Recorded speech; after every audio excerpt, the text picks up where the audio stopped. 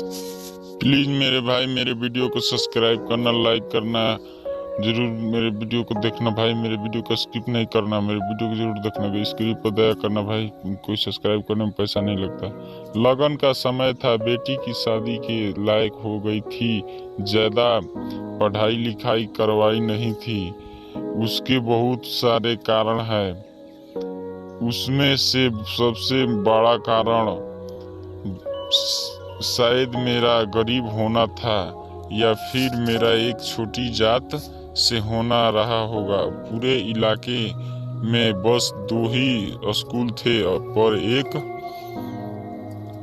School नहीं जा सकती थी क्योंकि वो गरीब की बेटी थी, और दूसरे में नहीं जा सकती थी क्योंकि वो उस समाज से थी जिससे उसको इज्जत नहीं था। एक साथ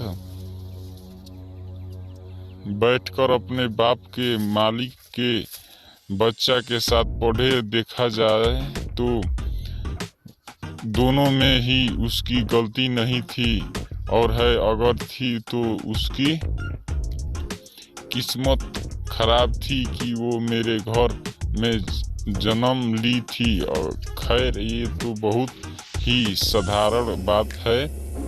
शादी करने के लिए लड़का मिला था, 5वीं तक पढ़ा हुआ था, पर भगवान की दी हुई उसके हाथ में मीठी का बर्तन बनाने की कला थी। सब बात हो गई थी, कुछ नहीं मांगा था, बस ये 51 लोगों को बारात में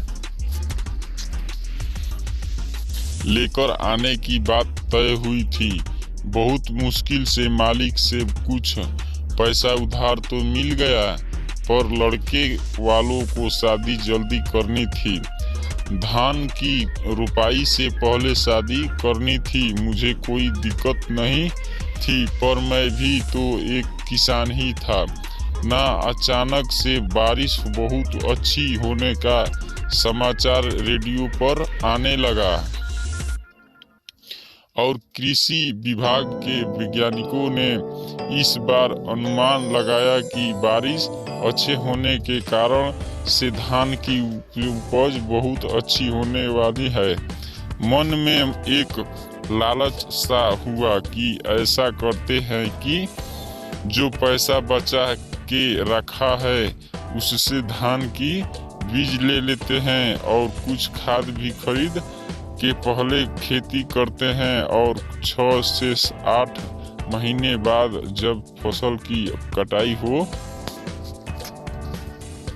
जाएगी तो कुछ अधिक पैसा होने से बेटी की शादी भी अच्छे से कर लूँगा। लड़के वालों से बात करने के लिए मैं उनके घर गया। मैंने सारी व्यवस्था उनको बताई। उन्होंने कहा कि हम भी अपने बेटे की शादी इसीलिए जल्दी करवाना चाहते हैं ताकि बहू घर में आ जाए, और लड़के की माँ बीमार रहती है तो बहू आकर खेती में कुछ मदद करे। पर मेरे लाख समझाने के बाद वह लोग मान गए। मैं बहुत खुश होकर घर को आया, और आते वक्त ही जो पैसे थे उनसे खेती के लिए बीज खाद सब खरीदते हुए आया। कुछ दिनों के बाद बारिश होनी शुरू हो गई और हम खेती में लग गए। कुछ समय बाद धान की फसल बहुत अच्छी लहलहा रही थी।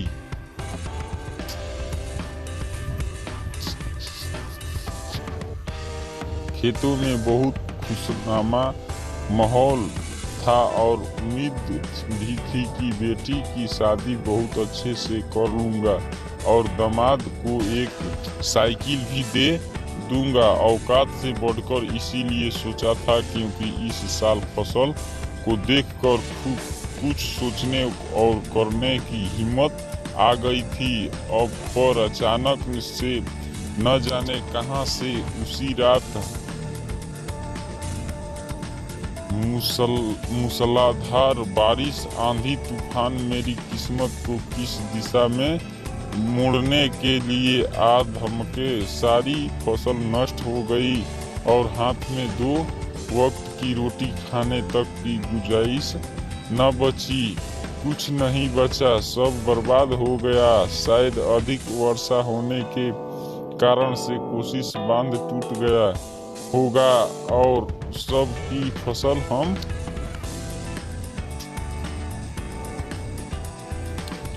सबकी किस्मत को लेकर समंदर में समा गई होगी।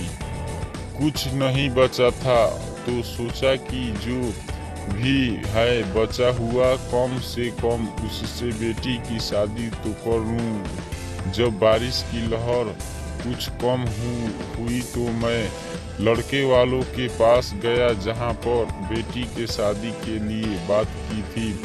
जब वहां गया तो वहां की हालत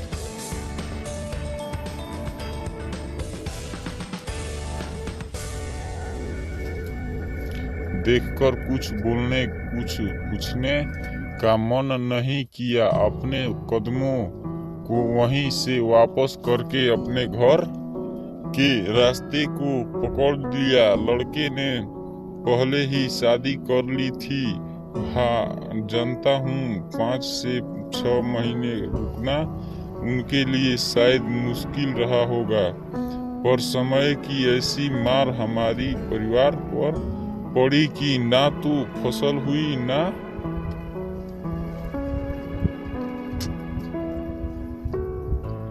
कुछ खाने के लिए बचा और ना ही अपनी बेटी की शादी कर पाया। और ऊपर से साहूकार का कर्जा कुछ यूं सर पर चढ़ गया कि मन कर रहा था अपनी जान ले लूं, लेकिन जान ले भी लेता तो मेरी बीवी मेरे बच्चे उनका क्या होता। मुझे नहीं पता इतनी सारी घटना मेरे साथ क्यों हुई, पर इतना तो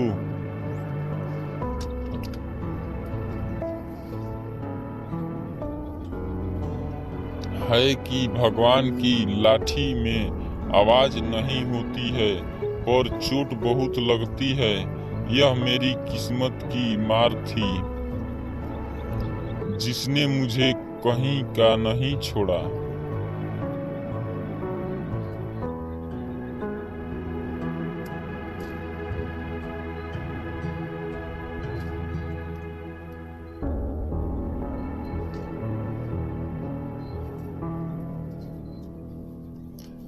प्लीज़ मेरे भाई मेरे वीडियो को सब्सक्राइब करना, लाइक करना। प्लीज़ मेरे भाई, कोई सब्सक्राइब करने में पैसा नहीं लगता है। प्लीज़ मेरे भाई आपसे बहुत निवेदन है, प्लीज़ मेरे भाई मेरे वीडियो को सब्सक्राइब करना, लाइक करना। अच्छा लगे तो कमेंट में लिख कर बताना। प्लीज़ प्लीज़ आपसे बात जोड़ रहा हूँ।